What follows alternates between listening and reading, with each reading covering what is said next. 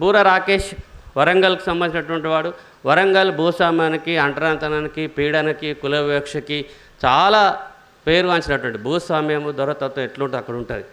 బూర రాకేష్ ఆయన స్కూల్ విద్యార్థి. తెలంగాణ ఉద్యమం చాలా ఉవ్వెత్తున జరుగుతున్నప్పుడు స్కూల్ విద్యార్థి.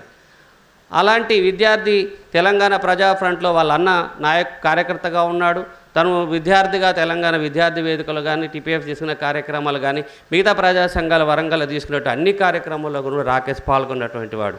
అయితే 2015లో ఆ కార్యక్రమంలో భాగంగా కుటుంబం తనకు పరిచయం ఉంది. కానీ 2015లో మాత్రం ఆ ఇంటి మీద ఆ ఊరిలో ఉన్నటువంటి భూస్వాములు మూకుమ్మడిగా దాడి చేసి వాళ్ళ నాన్నను, వాళ్ళ అమ్మను, వాళ్ళ నానమ్మను, వాళ్ళ అమ్మమ్మను, వాళ్ళిద్దరు అన్నదమ్ముల్ని దారుణంగా కొట్టారు.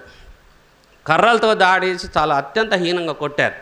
ఎందుకు కొట్టారు వీళ్ళనంటే, తెలంగాణ రాష్ట్రం వచ్చిన తర్వాత తెలంగాణలో భాగంగా మనం బతుకమ్మలు ఆడవచ్చు, మన రోడ్ల మీదకి వెళ్ళొచ్చు, మన చైతన్యంగా మాట్లాడవచ్చు, ఎవరినైనా మనం ప్రశ్నించేటువంటి చైతన్యాన్ని తెలంగాణ సమాజం ఏదైతే ఇచ్చిందో అదే చైతన్యంతో రోడ్ల మీదకి వచ్చినటువంటి దళిత వర్గాల మీద మొట్టమొదటి సంవత్సరంలోనూ విపరీతమైన దాడుల పరంపర జరిగింది. బతుకమ్మలు ఆడిన వాళ్ళ మీద దాడులు జరిగినాయి, దేవాలయాలకు వెళ్ళినటువంటి దాడులు జరిగినాయి, ప్రశ్నించిన వాళ్ళ మీద దాడులు జరిగినాయి, సర్పంచులుగా పోటీలు చేసినటువంటి వాళ్ళ మీద దాడులు జరిగినాయి. అత్యంత అవమానకరమైనటువంటి దాడులు ఒక క్రూరమైన విధంగా జరిగినాయి. ఇక్కడ రాకేష్ వాళ్ళ కుటుంబం మీద కూడా జరిగింది. ఎందుకంటే ఇద్దరు దొరలు పోటీ చేశారు. ఇద్దరు దొరలు పోటీ చేస్తే చదువుకున్నవాడు, యువకుడు, కొంచెం మనకు యాక్సెస్గా ఉన్నాడని చెప్పేసి తనకు నచ్చినటువంటి ఆ దొరకు అనుకూలంగా ఉదయాన్ని అనుకుంటా అతనికి మద్దతుగా వీళ్ళు ఆ ఎన్నికల్లో పాల్గొన్నారు, ప్రచారం చేశారు.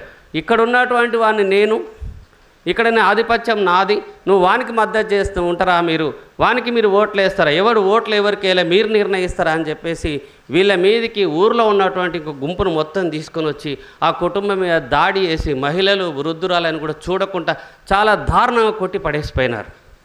అలాంటి విషయాన్ని పట్ల కుల నిర్మూలన పోరాట సమితిగా నేను అక్కడ ఉన్నాను. నేను ఉద్యోగం రీత్యా కూడా వరంగల్లో ఉండడం వల్ల ఆ సంఘటనకు మేము వెళ్ళి దాన్ని తీసుకొని ఇతర ప్రజా సంఘాల మిత్రులను తీసుకెళ్ళి ఒక పెద్ద పోరాటం చేసి అక్కడ మన ప్రజా సంఘాలంటే, ప్రజా పోరాటాలంటే పడనటువంటి ఏసీపీ శోభన్ కుమార్ ఉన్నాడు. అక్కడ వస్తేనే ఇది దాడి కాదు, ఎస్సీ ఎస్టీ రాదని మాట్లాడినాడు.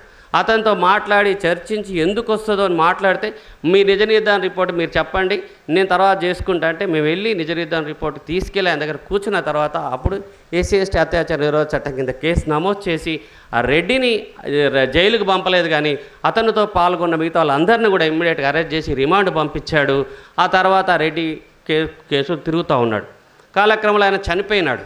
ఇంకా దుర్మార్గం ఏం జరిగిందంటే, ఈ కేసు జరిగిన తర్వాత ఎన్నికలు అయిపోయిన తర్వాత ఎన్నికలు ఎవరైతే దాడి చేసినాడో వాడే గెలిచాడు.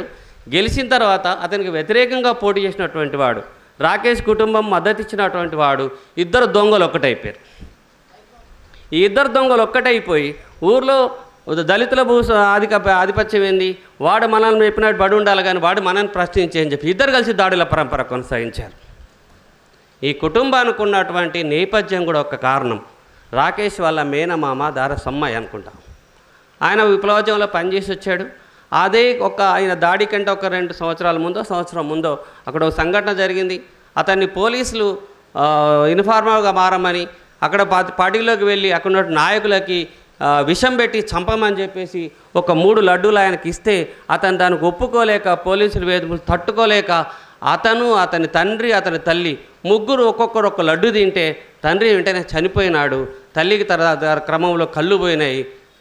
సారాయి ఒక్కడు బతికి పట్టబడ్డాడు. అంటే విప్లవోద్యమానికి అనుకూలంగా ఉండడము, చైతన్యంగా ప్రశ్నించడము, అంటరాని వాడు రోడ్ల మీదకి వచ్చేసి ఎవరికి ఎన్నుకోవాలి చట్టసభల్లో కనేటట్టు ఒక చైతన్యాన్ని కూడా ప్రశ్నించినందుకు దాడి చేయడము, ఎవరికైతే మద్దతు కూడా వాడే ఇద్దరు కలిసి ఆ దాడుల పరంపర కొనసాగించడం అనేటటువంటి క్రమంలో 2015 అంటే మనకు అప్పటికి ఈ రాజశేఖర రెడ్డి చనిపోయి తెలంగాణ రాష్ట్ర ప్రభుత్వం వచ్చింది, తెలంగాణ సాధించుకున్నాం. తెలంగాణలో దాడుల పరంపర కొనసాగుతున్న క్రమం. ఇక్కడున్న రాజ్యాంగం కానీ, ఇక్కడున్న చట్టాలు కానీ, ఇక్కడున్న పోలీస్ వ్యవస్థ కానీ ఏది కూడా దళితులకు మాకు ఇవ్వడం లేదు, మా చైతన్యాన్ని, మా హక్కుల్ని పరిరక్షించడం లేదు అనుకున్నాడేమో. ఆయన వెంటనే ఇక్కడ ఉన్నటువంటి ఈ భూస్వామ్య వ్యవస్థను కూల్చేటటువంటి, ఈ కుల వ్యవస్థను కూల్చేటటువంటి ఒక ప్రత్యామ్నాయ మార్గం కావాలనుకున్నాడేమో. రాకేష్ అక్కడికి వెళ్ళిపోయాడు.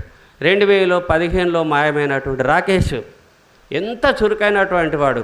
అల్లనేరేడు పండు లాంటి పిల్లోడు, చాలా మెరికల్ లాంటి పిల్లోడు. ఆయన మాటలు, ఆయన చూపులు, ఆయన కన్నులో ఒక మెరుపు, ఆయన నవ్వులో ఒక మెరుపు, చూసేటటువంటి వాళ్ళకు చాలా అంత ప్రేమగా అంత ఆప్యాయంగా ఉండేటటువంటి యువకుడు ఈరోజు ఇక్కడ తల్లిని, తండ్రిని, కుటుంబాన్ని, అన్నదమ్ములు వదిలేసుకొని వెళ్ళక్కడికే జీవితాన్ని కూడా వదిలేసుకొని పారిపోయే పరిస్థితి ఈరోజు శివమై వస్తే అలాంటి కామ్రేడ్ దగ్గరికి వెళ్ళి చూసి ఒక కడచారి చూపు కూడా చూసేటటువంటి అవకాశం ఈ పాలకులు ఇవ్వలేకపోయినారు.